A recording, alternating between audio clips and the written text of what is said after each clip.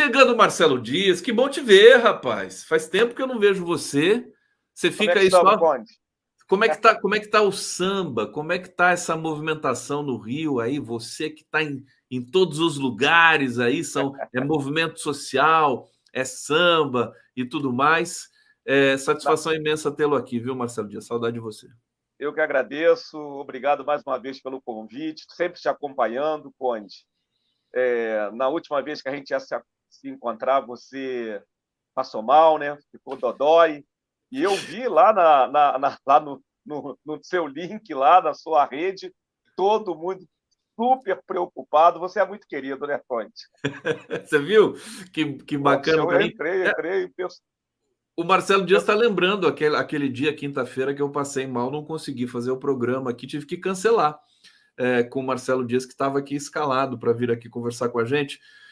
Marcelo Dias, fala forte aqui do Folena sobre essa relação. Eu vou tomar daqui, pedir para você também comentar o Congresso. O problema do Congresso do STF nesse momento é que eles ficam em pé de guerra um com o outro, né?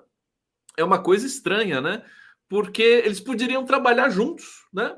Por exemplo, depois dessa votação que coloca as Forças Armadas, né? Tá 7-0 no STF, não acabou ainda, mas já tem maioria pronta, né? Coloca as Forças Armadas no devido lugar, né? Subalterno ao Poder Civil, tudo mais. O Congresso poderia, porque interessa a ele também, né? Que nós tenhamos segurança institucional nesse país, né? Pode falar um pouquinho sobre isso para a gente, querido? Sim, sim, o Congresso está tendo uma atitude, Conde, muito estranha, muito estranha.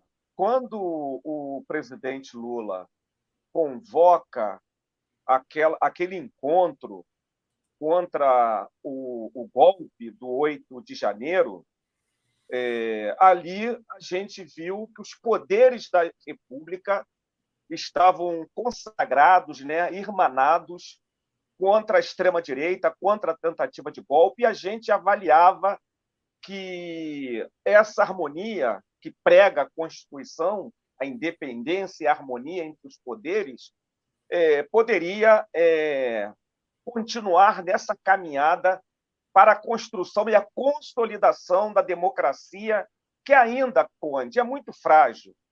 É muito frágil a democracia porque a gente sabe que os militares sempre estão à espreita, sempre estão à espreita. Então, essa votação no Supremo, que já está consolidada, é muito importante, porque desde a Constituição lá do Império, a gente sabe que os militares sempre tutelaram os poderes constituídos.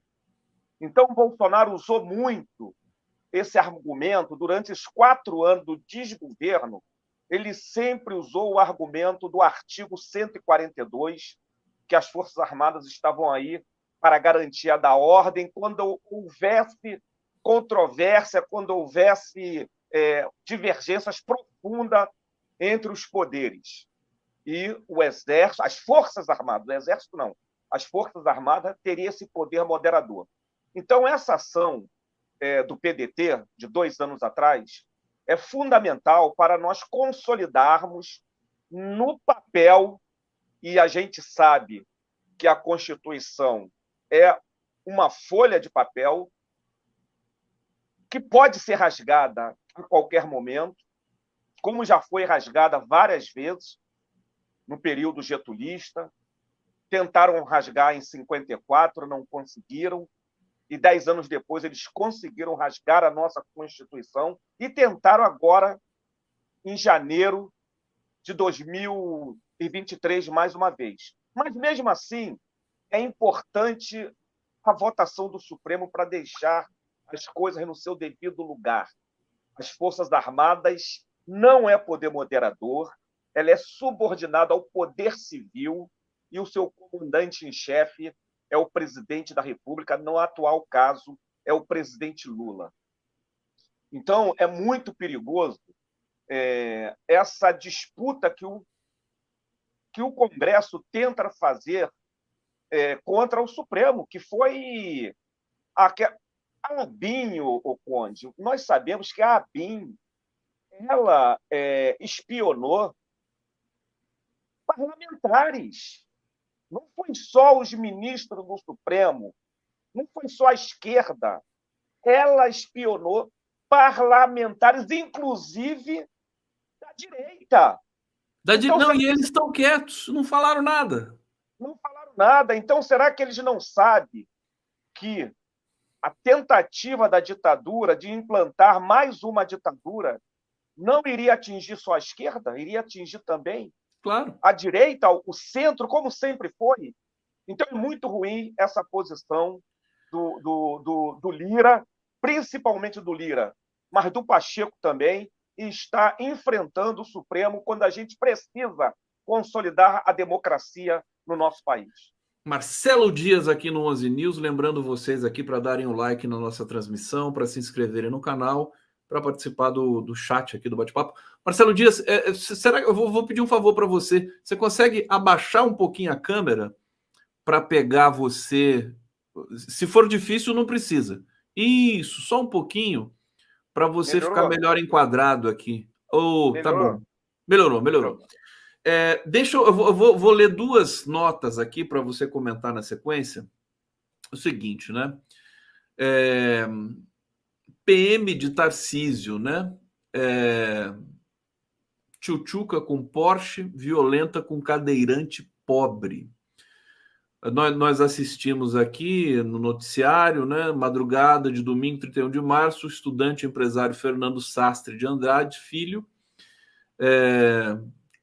meteu o seu Porsche de mais de R$ 1 milhão, entrou em cheio na traseira de um carro de aplicativo, matou o motorista, Ornaldo da Silva Viana. E aí você corta para outra cena, né?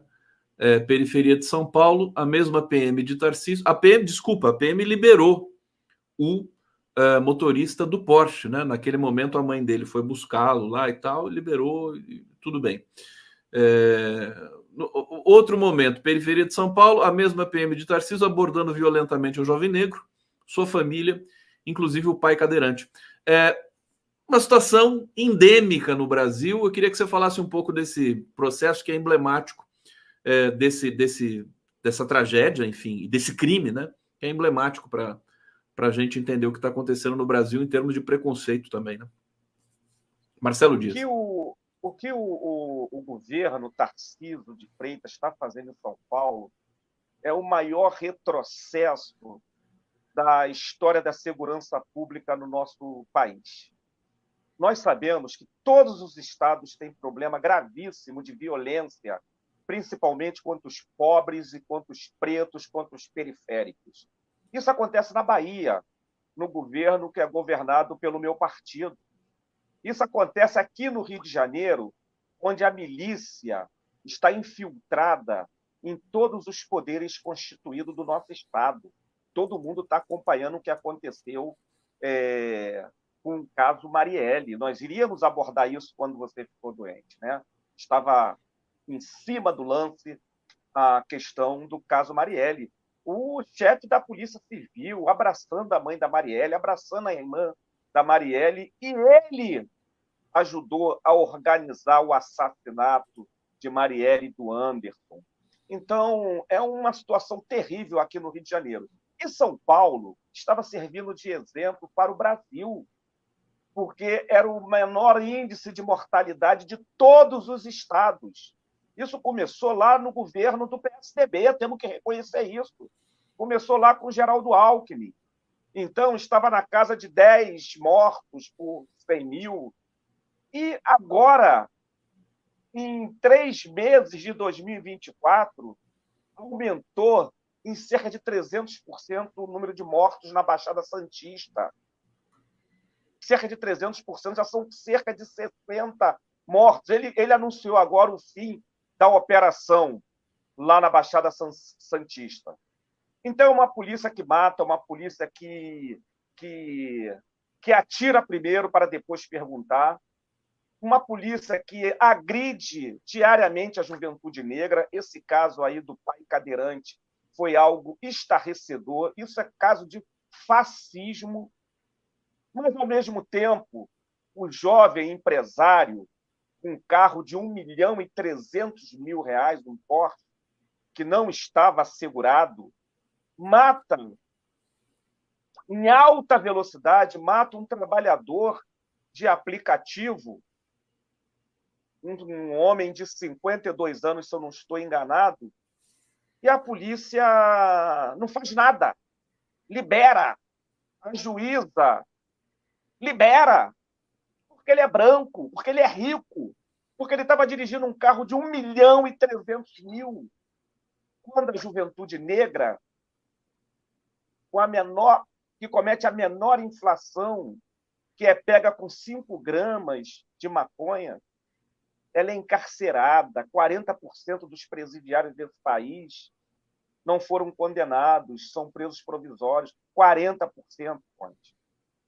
4 vezes 8, 32, são mais de 300 mil pessoas, a maioria jovens negros encarcerados, sem condenação, servindo de mão de obra barata para as facções criminosas, porque nós não temos penas alternativa aqui, e o Congresso, a Câmara e o Senado, para afrontar o Supremo Tribunal Federal, voltando mais uma vez a essa disputa insana, o Supremo, que está com uma posição corretíssima em descriminalizar, não é legalizar o uso da maconha, como acabou de ser aprovado na Alemanha.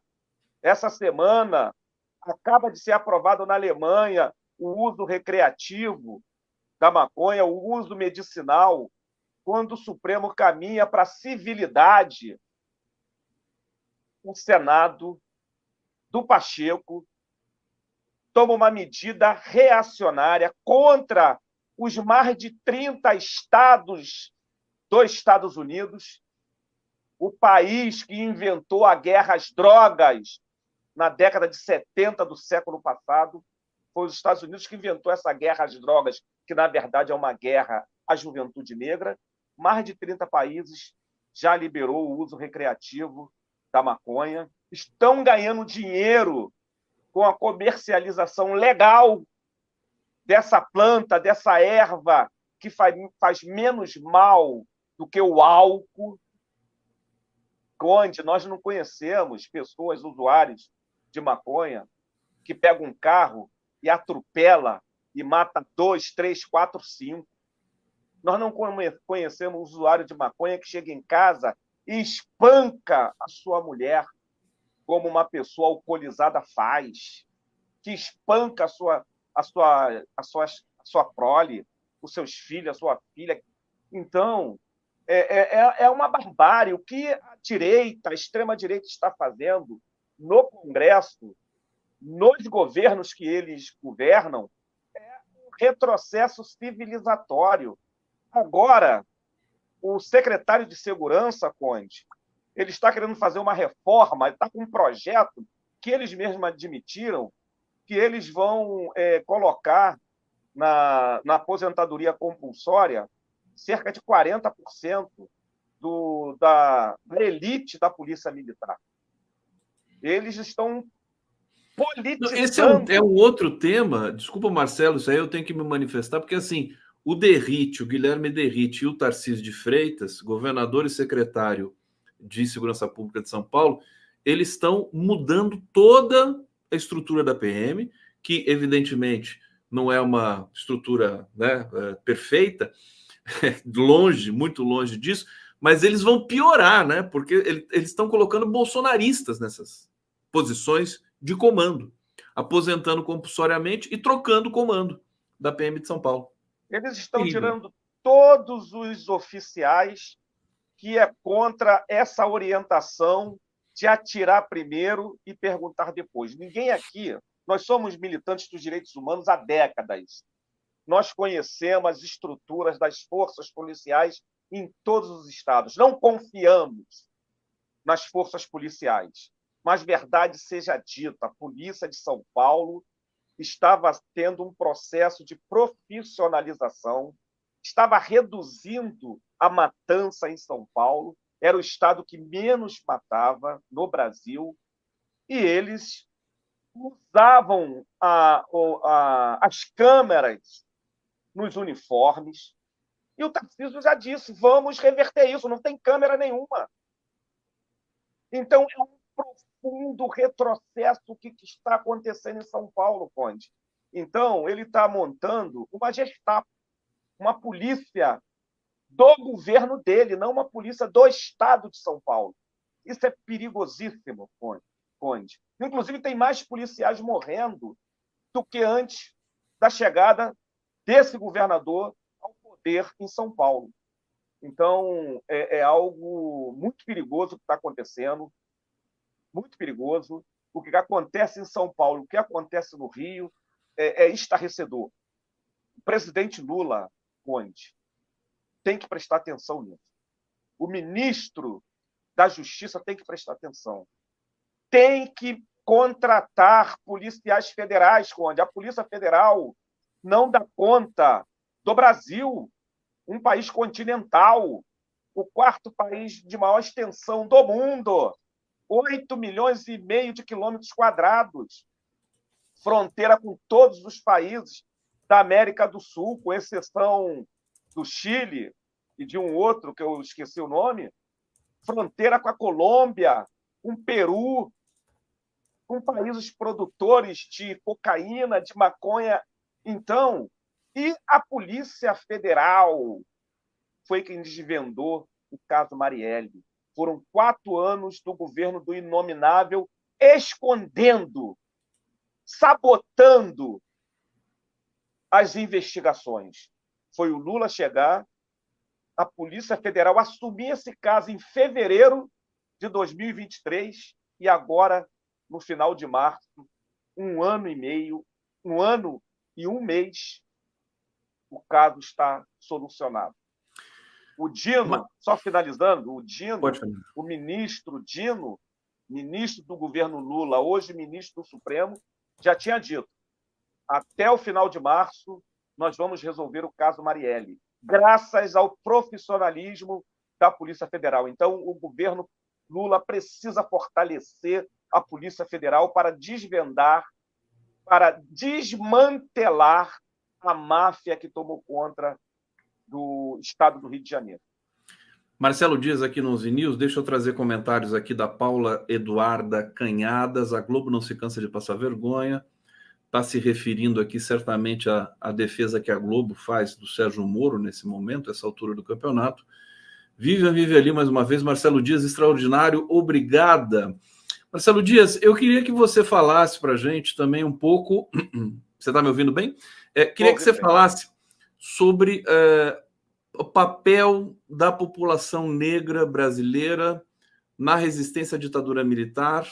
Foi digamos, é uma dimensão que, em geral, é deixada de lado, mas que, em especial, nesse ano de 2024, até que foi trazida à tona. Tem um artigo muito interessante que você me passou aqui do A Terra é Redonda.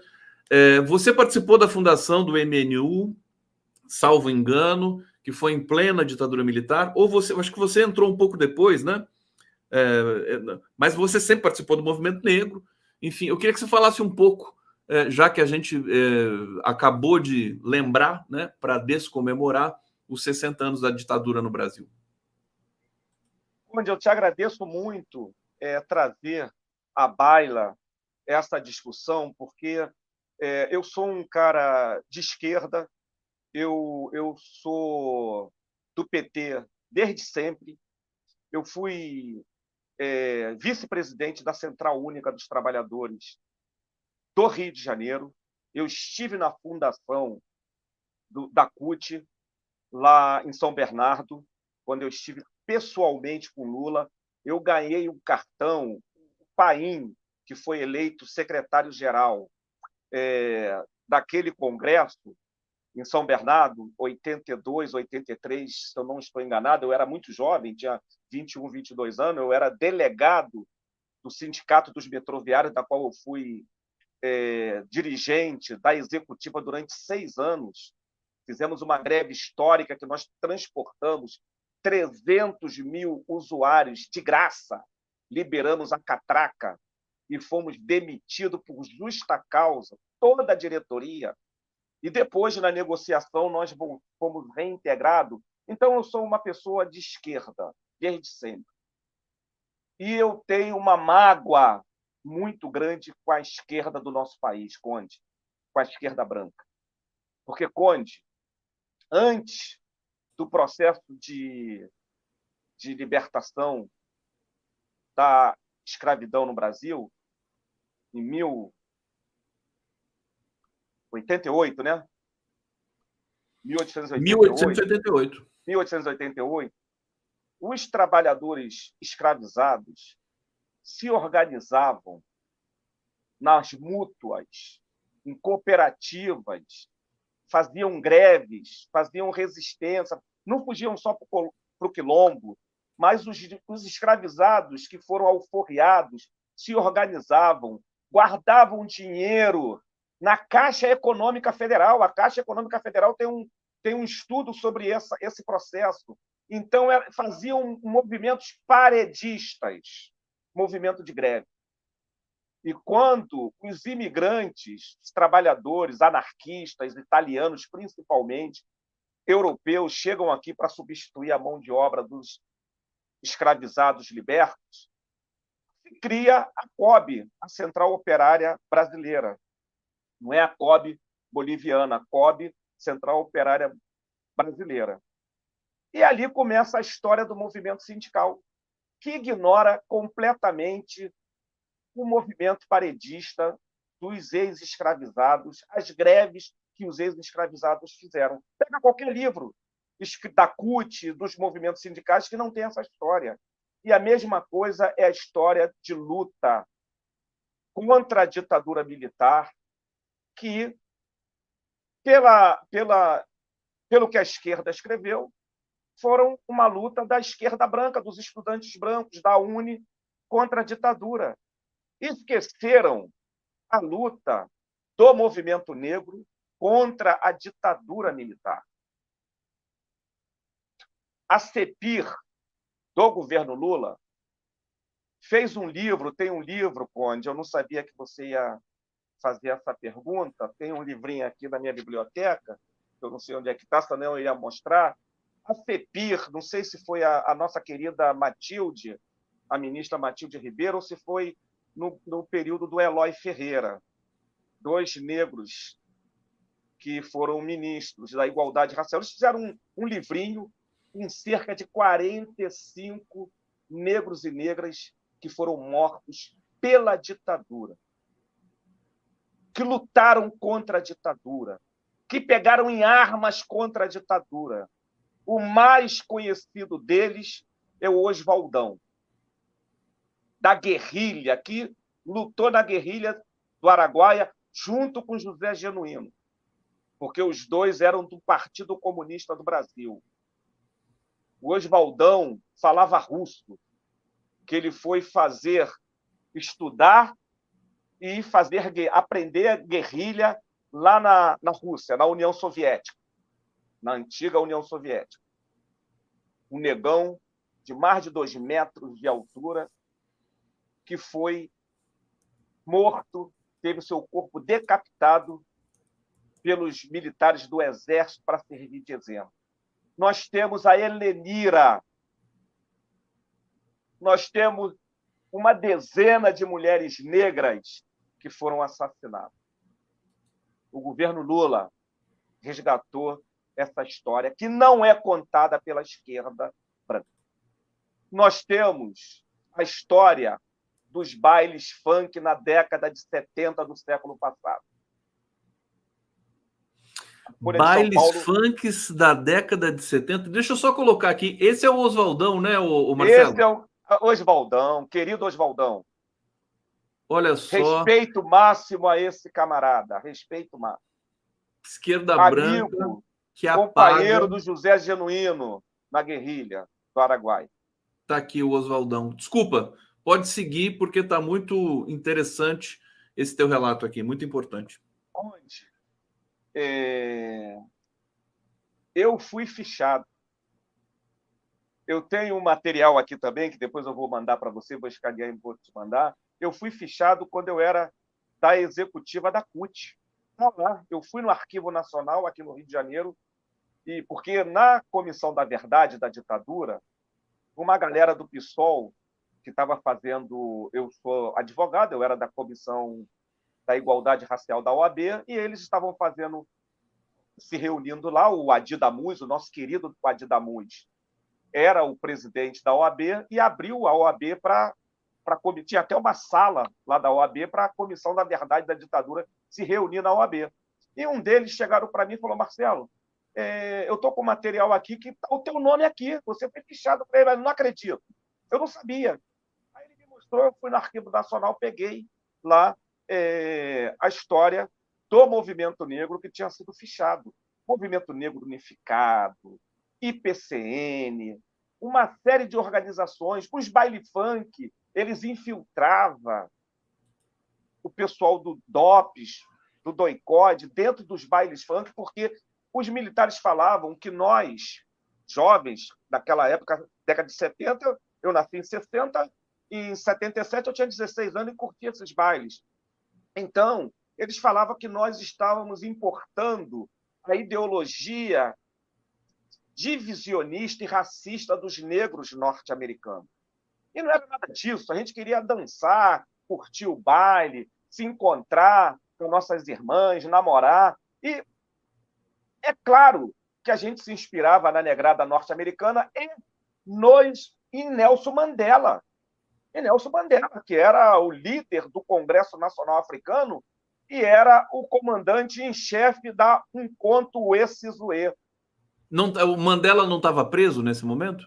Sim, mas estava preso, mas ele era o líder máximo. Claro. Então, o Mandela, pensam que o Mandela foi um moderado, o Mandela foi o criador do Umkhonto Wesizwe. O que é isso, em Zulu?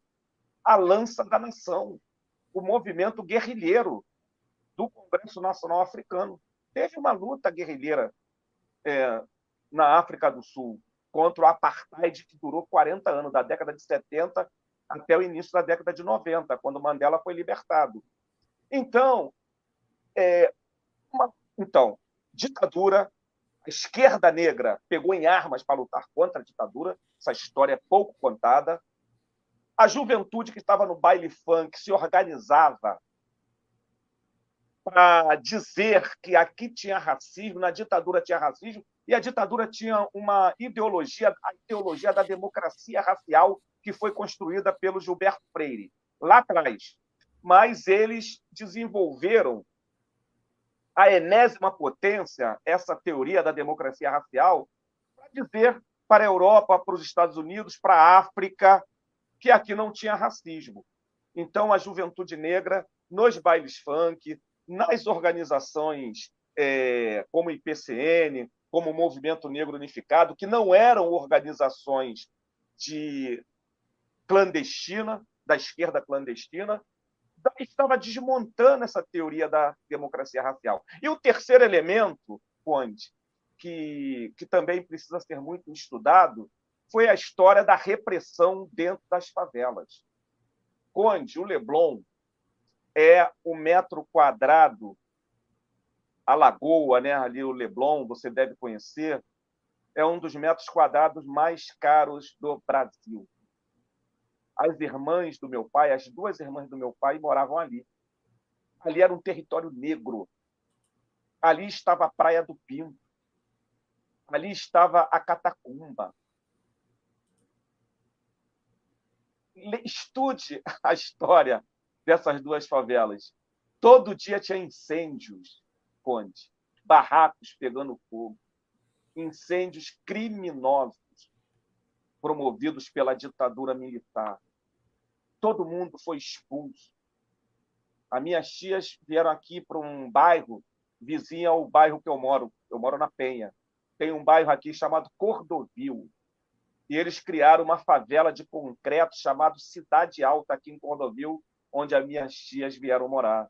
Eles criaram a Cidade de Deus, lá em Jacarepaguá, com os negros e negras que foram expulsos do Leblon. Só quem ficou na Gávea foi a Cruzada São Sebastião. que eu esqueci o nome do bispo da Igreja Católica, que resistiu, e a Igreja Católica criou, com o dinheiro da Igreja Católica, a Cruzada São Sebastião, e a gente saía da Cidade Alta, em Cordovil, para ir lá encontrar os nossos primos, os nossos parentes na Cidade Alta. Então, foi uma política de terra arrasada, de repressão, de violência, Isso de prisão. na ditadura, e o Década de governo do 60, Rio conivente. Era o Chagas Neto, né? Chagas Freitas. Chagas Freitas. Tinha aqui uma mulher que era secretária, não sei se era de habitação, Sandra Cavalcante, uma deputada da extrema-direita, que ela foi um terror para os favelados, principalmente os favelados da Zona Sul.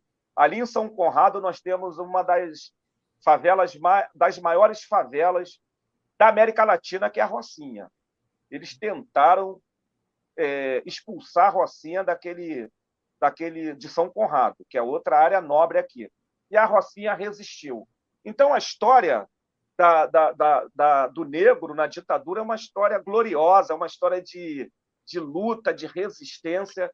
Protagonista, pelo que você está falando aqui, muito mais importante do que essa esquerda branca. Então, nós precisamos, o governo Lula, que é um governo, Conde, que fez muito, mas em razão dos 350 anos de escravidão, em razão de 130 anos da República que não reconheceu direitos para o povo negro.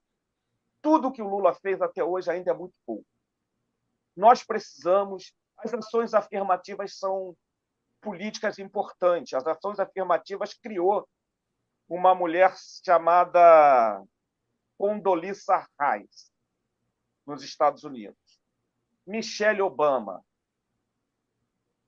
Colin Powell, ex-comandante, chefe supremo das Forças Armadas. Criou uma classe média poderosa nos Estados Unidos. Mas a ação afirmativa não é a solução para a população negra e para as grandes maiorias oprimida e discriminada, como não foi uma alternativa para os Dalits, os intocáveis na Índia, que foi o primeiro país a implementar a ação afirmativa. Pouca gente sabe disso. Ação afirmativa, discurso identitário, né? A ação afirmativa ela é importante, mas ela atinge uma minoria da população oprimida e discriminada, Conte. Porque foi importante ter a ação afirmativa nos Estados Unidos para ter aquela poderosa classe média negra nos Estados Unidos, foi. Mas dos 2 milhões de presidiários, 60% são negros. E a população dos Estados Unidos o percentual de negros é muito menor do que no Brasil. 14%. 14%. E 60% são negros. Então, a ação afirmativa atendeu uma minoria, a grande maioria está abandonada. Como aqui, a ação afirmativa, cotas nas universidades é fundamental. Mas a grande maioria está excluída. E por isso nós precisamos de reparação, porque a política de reparação é uma política para o conjunto dos setores oprimidos e discriminados.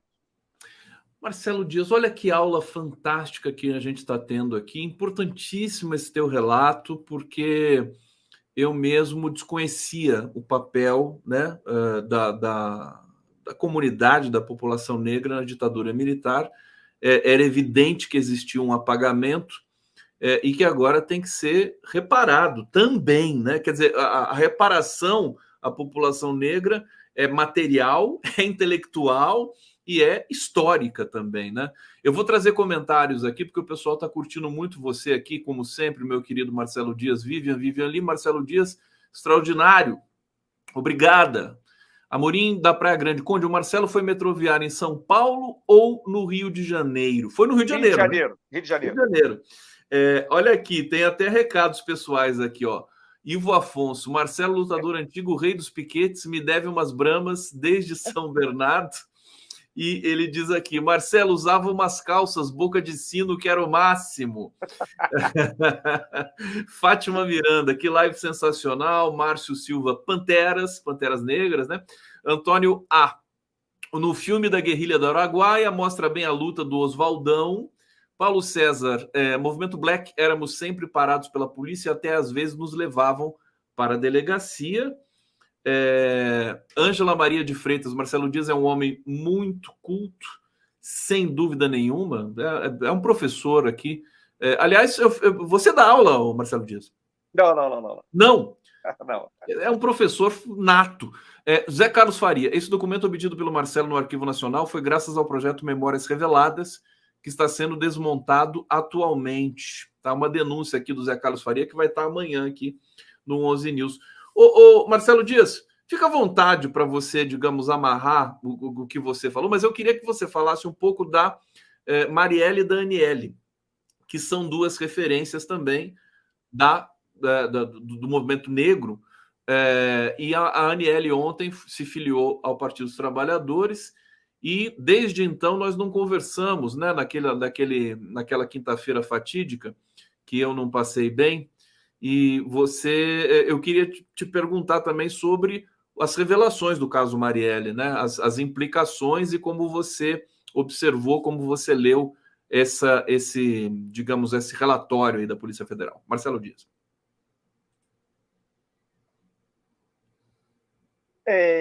Marielle, o caso Marielle foi um caso terrível, mas eles não sabiam que a partir daquele assassinato nós teríamos uma oportunidade para reconstruir a área de segurança do estado do Rio de Janeiro, que está contaminada. Essa semana saiu uma notícia estarrecedora num jornal de Brasília, se eu não estou enganado, que a Polícia Federal tem um relatório que mais da metade dos parlamentares do estado do Rio são ligados à milícia. Um relatório estarrecedor. Delegados, esse que era chefe da polícia envolvido no assassinato.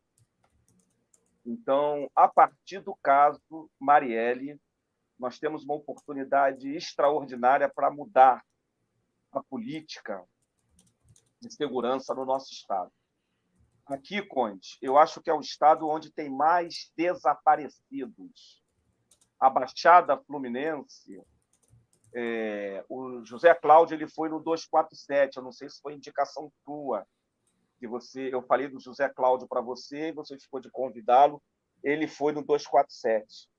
E ele tem livros que mostram o desaparecimento, né, a política de desaparecimento na Baixada Fluminense. Então, é uma situação terrível. Eu tenho uma relação muito forte com Marielle, eu tinha uma relação muito forte com Marielle. Eu vou te mandar a foto minha e dela lá na Portela, já que você fala tanto né, do meu gosto, apesar de eu ser imperiano de fé, meu império não sobe de jeito nenhum. Eu frequento a Portela e eu tenho uma foto com Marielle. Eu tenho um carinho muito grande, porque a Marinette é minha colega na frente de juristas negros e negras. Nós estamos do mesmo grupo. Ela é advogada, como eu sou. E a Aniele eu não conhecia. A Aniele nunca foi militante do movimento. Ela é uma intelectual, tem mestrado, fala inglês. E o Lula fez muito bem em convidá-la para ser ministra da Igualdade Racial, porque são dívidas que nós temos, né, Conde, com a população negra e principalmente com as mulheres negras assassinadas em razão da sua luta. Nós temos Beatriz Nascimento, lá atrás, na década de 90, que foi assassinada pelo companheiro de uma amiga dela, que ela aconselhava a amiga se separar do cara, porque o cara vivia espancando a amiga de Beatriz Nascimento, uma das maiores intelectuais negras que nós tivemos. E o cara foi lá, assassinou ela, deu um monte de tiro na cara da negona. Meu Deus. Então, a gente tem que honrar essas mulheres. E eu não pude estar ontem presente, eu estava numa outra reunião, mas eu recebo com o maior carinho, eu que tenho 41 anos de PT, recebo com o maior carinho a Aniele no nosso partido. Marielle era do PSOL, né? Ela tem herdeiras, Aí, olha que coisa bonita. Então, sorriso lindo, Daniele, né? Sorriso lindo, é uma jovem com um potencial imenso. O Lula fez uma declaração que eu acho importante, né? Está chegando a minha hora aqui, o camarada James já chegou, e o Lula fez uma declaração que eu acho muito importante. Nós não vamos jogar a Aniele nessa loucura de disputa eleitoral. Já chegou para ser candidata. Não, ela tem um papel a cumprir no Ministério da Igualdade Racial. Nós temos que... É uma mulher negra, jovem, que está fazendo um trabalho extraordinário que nós, do Movimento Negro, temos que dar todo apoio. Apesar, não é só elogio ao governo Lula, apesar, você que tem um link direto com ele, Conde, tem que dizer que o nosso orçamento é o menor de todos, o orçamento de todos os ministérios. Não dá, Conde. Para fazer reparação, a gente tem que ter um orçamento robusto. O programa Juventude Negra Viva é um programa que precisa de orçamento. E eu fiquei muito feliz, porque no governo passado, finalizando de verdade, eu fiquei revoltado, porque o nosso programa se chamava Juventude Viva. E eu protestei várias vezes. Eu falei, olha, não é a juventude viva, porque quem morre não é a juventude branca. Morre sim, mas não morre como morre a juventude negra. O programa é Juventude Negra Viva, e ele foi batizado agora pelo presidente Lula com esse nome. Nós temos que fazer um trabalho de resgate da nossa juventude. Foi muito bacana o que o Lula fez ontem aqui no Rio de Janeiro, não pude acompanhar, mas nós temos uma dívida imensa com essa população, Conde. Marcelo Dias. E eu conto contigo, com o teu programa, para a gente cobrar que essa dívida, essa reparação histórica seja paga. Você sabe que você conta comigo sempre, né? E, aliás, eu chamo o Marcelo Dias para participar aqui semanalmente, mas ele tem muitos compromissos lá, mas eu continuo querendo que você venha aqui, viu, querido, semanalmente.